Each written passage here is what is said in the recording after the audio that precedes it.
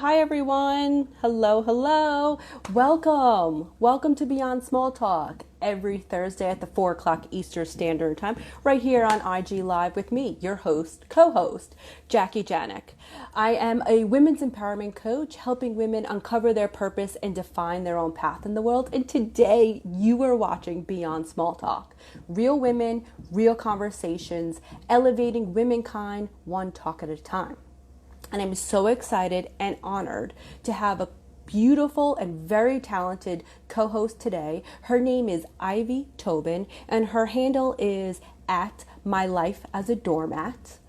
She's an actress, an author, a producer, an empowerment influencer. She's the author of the book My Life as a Doormat, which also happens to be our topic today. Woohoo! And she is the creator of the popular and ever successful Facebook group, the Society of Recovering Doormats.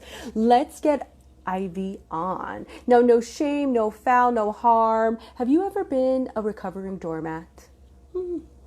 Raising my hand here.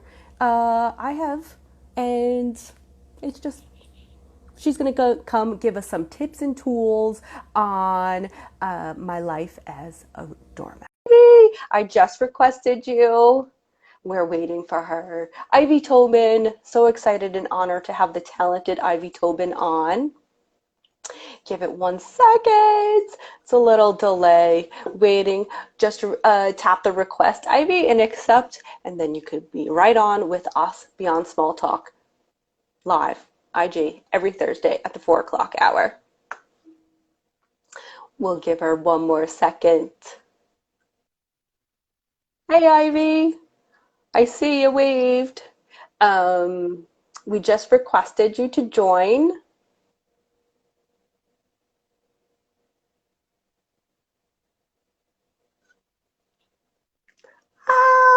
Technology people. Sometimes it happens.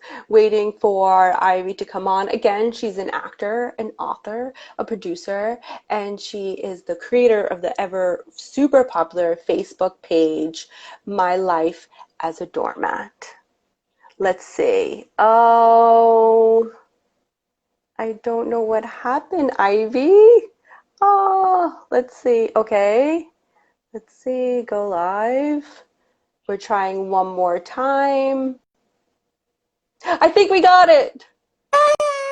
Hi, Ivy. Hi, how are you? Good. How are you doing? And welcome to Beyond Small Talk. Me and technology, not great. So it's a oh, I'm here. I'm so happy to see you and meet you in person.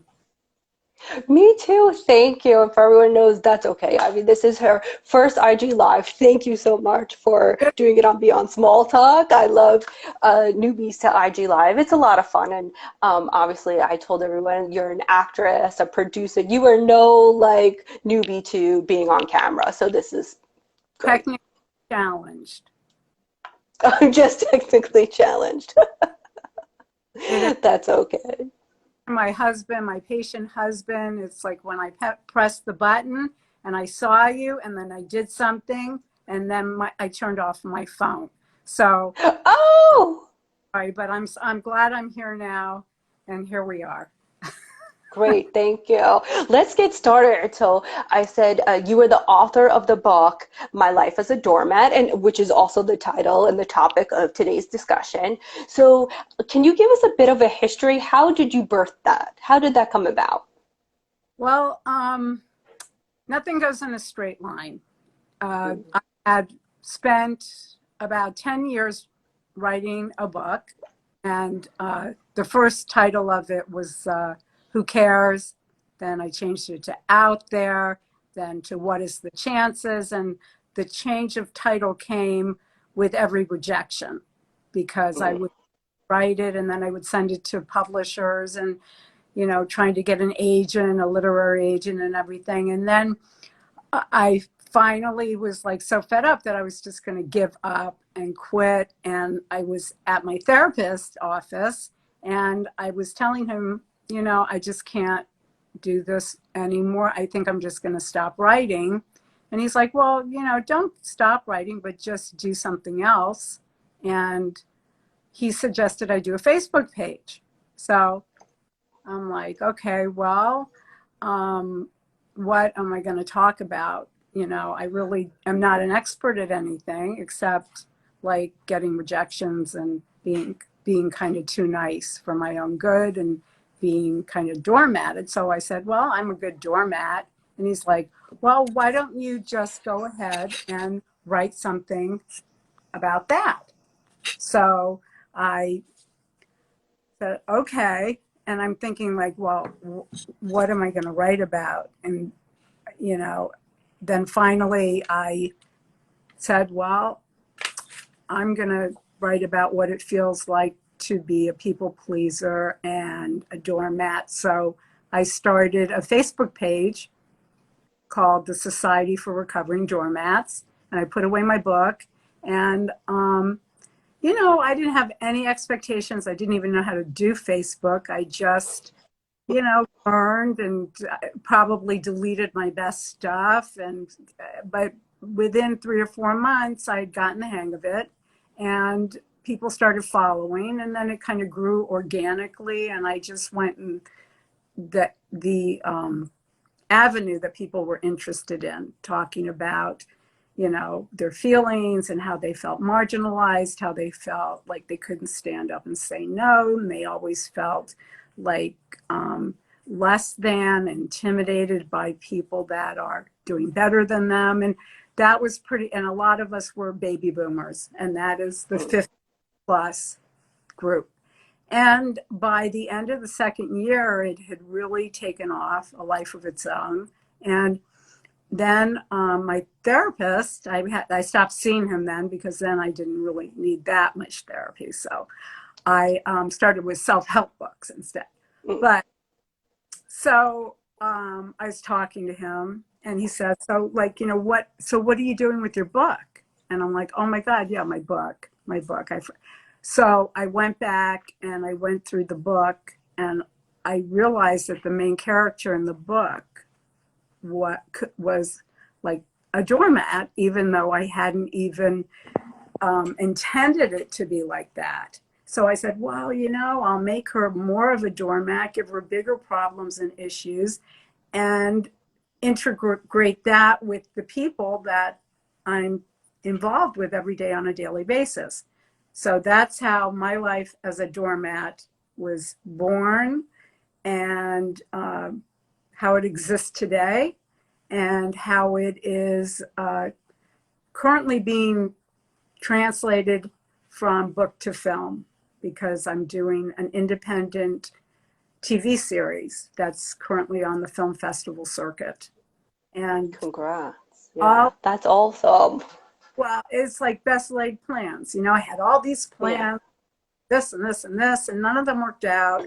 And, you know, I think as you get older, you just start realizing that you kind of just have to take life as it comes and that, you know, many things are just not in our control and you just do the best with what you have. And, you know, I've been very happy and very grateful for everything that's been happening since this started. And it just came out of not really knowing how to do it, but just wanting to do it. And Mm-hmm. where there's a will, there's a way. And I'm not going Exactly. to platitudes today because I'm sure you've seen Yeah. them. And I love that it's called like My Life as a Doormat. Do you have like have you seen similar traits of like women and I mostly talk about women, that's who I work with, But there are, that have those there are men, I'm sure, as doormats too. Yes, yes. I just happen to speak women language better than men language, like similar traits of women who are doormats. Like, what does that look like, or sometimes how does that feel? well, Jackie, I have a list compiled and I'll read it because I don't want to leave anything out. And it's the 10 signs that you are a doormat. Okay, so the number Mm-hmm. one sign is accepting and justifying unacceptable behavior. Number 2, you assume responsibility for others' bad moods. 3, blaming yourself for everything. 4, accepting blame from others even if you aren't to blame, even if you weren't there. 5, this is a huge one that I really have worked hard to overcome, and it's continuously apologizing. 6, My mother's listening, Ivy, right there. This is why I wanted her on this episode. She's listening. I see her. Ma, pay attention. Listen up. Go ahead. Sorry. I just want to prompt my mother. totally get it, believe me. And she's in that baby boomers demographic. So, it's the way you were raised, to be nice, to not make waves, to, do everything for other people and put yourself last and don't hurt anybody's feelings and go with the flow. And I mean, it's wonderful to be like that, but at what price? It's is eventually you end up hitting 50 and you're not doing anything you want to do. You're just accommodating others. You're feeling very invisible, and you don't even realize that you have a voice and that you have every right to say, hey, you know what? I don't like that movie. Or, you know what? I don't really want to go to that restaurant. And nobody's going to hate you. Nobody's is going to think you're a bad person. And, everybody wants to be liked. And with people that are pleasers, People it's pleasers. a very, it's really toxic to be to that extent, because the person you're being toxic to is yourself. And, you have to love yourself. And that's another platitude. And I'm sorry, I won't do any more platitudes. But anyway, We're at number 6. I'm reading it because I can't remember anything. Allow others to demean you by staying silent. Avoiding confrontation at all costs. Negating your feelings to accommodate others. And this is really huge. And it really was a big, big step for me to overcome.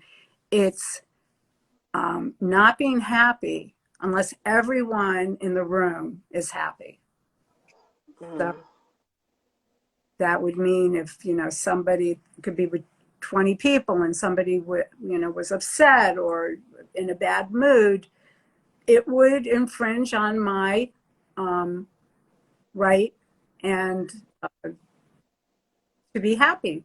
I would feel like I did something, or, I'd feel, well, they're not happy, and, what can I do to make them happy? And it's really freeing to realize that you're not responsible for other people's feelings. You can't fix them. You can't make their life better.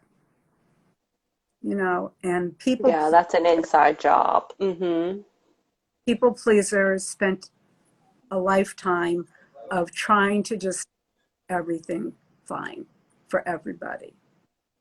And so basically, that is the whole summary of the Society for Recovering Doormats. And we have 2 private. So if anyone's listening, yeah, and they read your 10 and just heard this, and I have definitely have partaken in some way, shape, or form, and probably all 10, like in some point of my life or some circumstances. I'm sure everyone listening as well can relate to some part.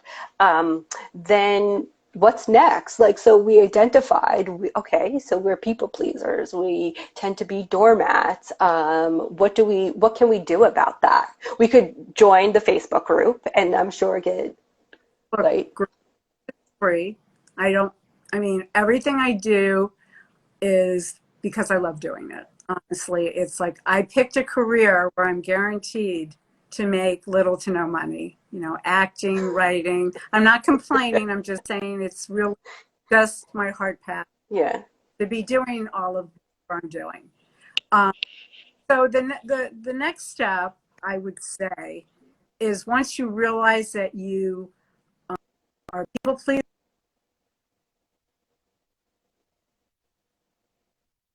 this isn't what you wanted to do, this isn't what you want to eat. I would say the first tool that is very easy is learn how to say no. Just set boundaries. And I didn't even know what a boundary was until I was close to 50 years old. I didn't even know what that was, really. I just, lived my life and accommodated everybody else. And I didn't realize that, wow, I don't have to tell everybody everything. I don't have to share something if I don't want to. It's not being secretive. It's just a boundary. And I think once you learn to say no, that is a huge step in the right direction. And that And I will, sorry, saying no is a complete sentence. I think yeah, that's another step forward, that you could say no without an explanation. that's, Like, no, period. Like, I I, could say no without an explanation. I feel like women try to, and I try to explain if I'm like disappointing someone or feel like I'm disappointing them, or, oh, you're not happy because I said no. Now I've got really good at just saying no. No. word, I, I definitely am honored to be in your presence. You can say, no, I can't give you an answer right now, and why don't you check back with me? And if anybody knows me personally would think that I'm full of it because I would never say something like that, but you could say Yeah. that instead of saying no, or you could say, I'm not able to commit right now, or Mm-hmm.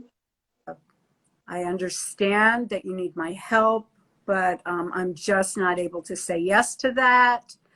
Uh, I'm honored that you would ask me, but no, I can't. And it goes on, and all of this is available over on my site. And I also have 2 subgroups that are private that you can come over and just request to be a member of. One is called the Society for Recovering Doormats No More Narcissists group, where that's really growing every day. We have almost 3,000 people over there.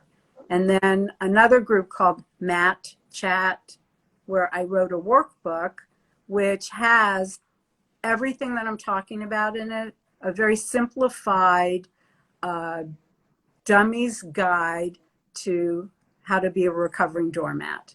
It's for people who just want, give me the basics, give me an outline. So I wrote a workbook. It's a downloadable PDF that you can get from my website for $1.95. And you can get all these posters. So if anybody wants it, they certainly, it'd be my pleasure to send it to them. And I'll put all that information on the IG Live. And now that we're Beyond Small Talks on Spotify, I'll include that link there as well. But that's such a nice offer, $1.95, well worth it to get some more tips and tools. Can you offer another tip about recovery from being a doormat? Okay, so we did the boundaries. The We did, boundaries is a big one. that's huge. That's another big, and also realize don't make excuses for people.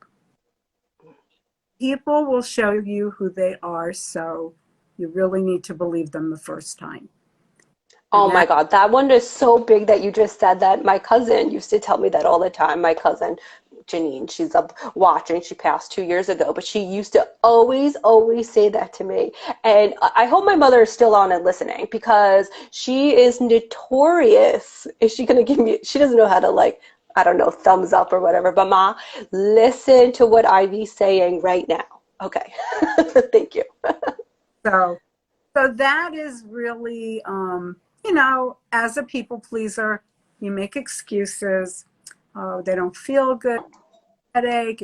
It was an oversight. They didn't mean it. Maybe next time it'll be different. There's a whole litany of excuses you can give, but your gut knows Mhm. person is the way they are acting. And you should just go with that. You shouldn't give any more chances because Right. you're a good person and you put, positive energy and goodness out there. Those are the people that you want to be around. You, and you don't owe them any kind of explanation. And there we go back to no, Yeah. and No. you boundary. And so those are three pretty key cornerstone foundations of recovering from doormatism. With, Thank you. And I with think I want like people to know that it takes practice, it might be that's why you gave some really nice sentences to use instead of no, because if you're a real people pleaser, like hardcore to the core, saying no probably feels so challenging and so disappointing and so maybe just like a word that you're not used to saying that this takes practice. This isn't going to happen tomorrow, but again, identifying some of your doormat people pleaser traits, which in the 10 we're going to pass that along to everybody that you read out. And here, boundaries, saying no or a version of no, and believing when people show you who they are. Like I find that one sometimes is a bit challenging for me because I tend to feel and give people the benefit of the doubt, like, oh, maybe. And I'm like, but like you said, listening to your gut, like your intuition was really telling you the truth, right? But sometimes I tend to ignore mine. But people really do show up and show you who they are. They really do. they do, they absolutely do. But and what you said before, Jackie, it takes a long time. It's all behavioral, and you have to practice, practice, practice until it becomes second nature. And once you get the hang of it and you think, I'm recovered, I'm cured, I'm a doormat,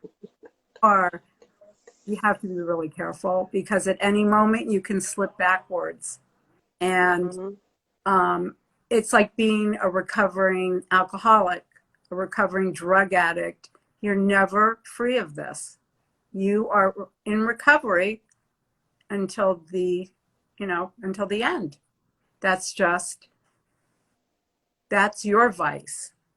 And you're a recovering, that's why I say the Society for Recovering Doormats, because you can be a newbie, you can be just starting your recovery, or you can be a doormat in a strong recovery, like myself. I would say a good 14 years, going on 15.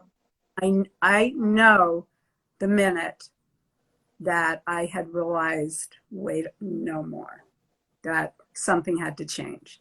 And it was about 14 years ago. And, it's been a long haul, but I really feel much happier. And, we're entitled to feel happy and enjoy our life. So that's, I'm off the floor and out the door, Matt no more, but there's always a chance to slip.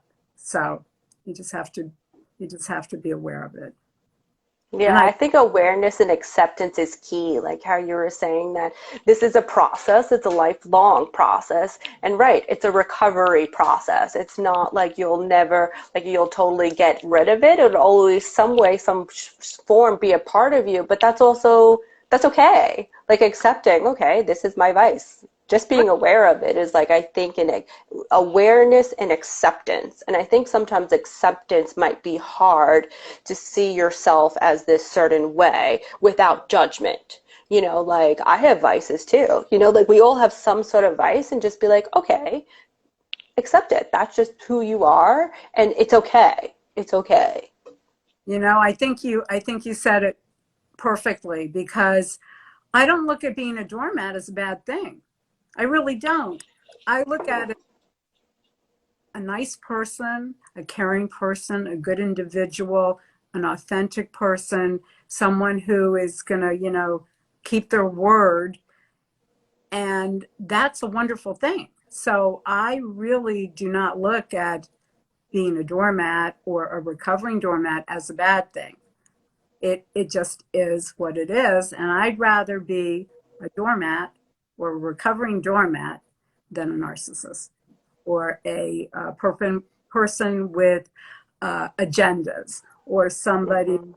is just, running games by you. I'd rather just be a recovering doormat. It's Yeah. really a good place. And I think a lot of people with this movement have embraced it. And it's like, okay, so what? It doesn't really mean anything negative. It doesn't. It's the same way people now are okay to take medication for anxiety, depression, for mental illness, because you know what? It's a condition. It's okay. It isn't like it was back in the 70s or the 80s, even, where, oh my God, you didn't talk about your Aunt Carolyn because she has to take pills because she. There was a lot of judgment, and I think it's getting better, like you said, from in the past. I remember too, just even saying, oh, therapy. Again, I'm going to bring up my mom. My mom's in therapy. I'm airing all her shit today, but it's true. Like, there was, like, I felt like even a judgment around saying it, but now it's like, I think, well, one, I think everyone should have some form of therapy, women's circle, coaching, some community, like recovering doormats, where they can express themselves, where they can share their feelings without judgment and be around like-minded people.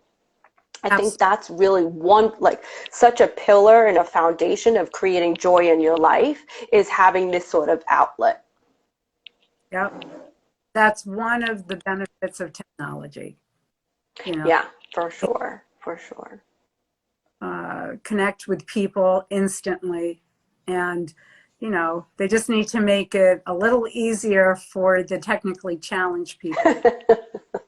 Yes, yes. Formatted by, you know. That's it. So, can you tell us, so what's next? What's next for, I've been, I have my TV series, an independent TV series that is adapted loosely from the book My Life as a Doormat.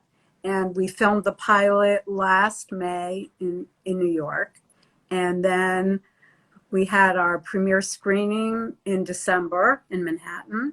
And then the process is, after you do that, then you go on the film festival circuit, where hopefully you'll meet people that are interested in developing your ideas. And, you know, you'll get a contract, and, HBO, Netflix, yeah. oh, they'll want to take your series and hopefully let you come on board in some capacity to work on it and buy it. And at the present moment, our series has been on the film festival circuit. All of it is virtual because of COVID. So we have Hmm. online events, and my producer, Mitch, who I've known since I'm 10 years old, he has been, like, we've worked side by side on this project for the past almost 2 years. And, he does all the admin and all the technical. He doesn't even let me go near the computer, the Yeah. because they disappear afterwards. So that's fine with me. But yeah, so we've won 4 awards so far. We've been accepted into 9 film festivals. One of them is Wow. going to be happening early October. The Long Island International Film Expo, Life in Long Island, New York. And there'll be links up if you want to attend it virtually. We've been nominated for Best Web Series. Yay! And then, Yay, that's awesome. Congratulations. Yeah, we have to put that up and you have to pass along that information. Again, I see my mom and a few of her friends on and people that I think would really enjoy, and myself included. I want to continue to support and see where this goes. And congratulations. Like, that's huge. Congrats. excited about that. And then there's another one that we also is coming up in October, the Toronto International Nollywood Film Festival. And that is taking place in Toronto. And they just let us know that that is also going to be virtual. So, Mm, it's kind of disappointing because yeah. I would love to be attending these festivals and meeting with other filmmakers and other creatives, and it's just virtual. It A virtual world for now, yeah. Hmm. we're all Well, but still, we're also congratulations. like Yeah. it's definitely a work of love. It just Mm. been, the whole project has been just pure joy in terms of creating and the people I got to work with and the just, you know, I'm very grateful that I've had this whole experience with it. And, I just let it go organically where it will go. I submit it and we have 20 episodes of content in a pitch deck Wow. ready to be developed. So Awesome. it's Yay! You can tell you're glowing when you talk about it, and it's so nice to see like the passion and the purpose come through. It really is. Thank you so much for sharing that. Well, especially now when Yeah. there's all this stuff going on, you have to have a reason to get out of bed, and you have to have something that's going to bring you joy besides Haagen-Dazs ice cream, right? Or a cocktail. Yes, but yes, exactly. Thank you, thank you, thank you. And again, can you tell everybody go, if you for free they can join your Facebook group, Yeah, the Society of Recovering Doormats. Go onto Facebook, search, and you can find that. Also, your 10 signs that you're a doormat is on your website. it's on my website. It's also included in the $1.98 or 95. I don't know, like under $2. The PDF download that's available over on my website, which is www.thesocietyforrecoveringdoormats.com. So, Great. and if anybody's interested in following the film, we have a website called My Life as a Doormat, the series.com, and a Facebook group called My Life as a Doormat, the series. So, Thank you for that. I'm going to include that in some of the show notes because we all should be a part of this and join a community of like-minded recovering doormats. So thank you, Ivy, so much. Thank you for your tips. And if you want to hear this again, follow us on IGTV, or now we're on Spotify under Beyond Small Talk with Jackie Janik. All the links will be attached in the IGTV. Ivy, thank you. This was such an honor to see you in person well, finally. Thank you. pleasure, and I'm just so excited that I learned how to do an Instagram live thing. Yeah, I'm glad you had your first with me. Thank you. Thank you, everyone, for listening. Beyond Small Talk every Thursday, at 4 o'clock Eastern Standard Time. Catch us next week again, or on Shopify. I always say Shopify because I'm always thinking about shopping. Oh, Spotify or IGTV, or catch our faces on YouTube too. So thank you again, Ivy. Thank you, everyone. Go on Facebook, follow the Society for Recovering Doormats. Thank you, Ivy. Have a great day, everyone. have a Thank you.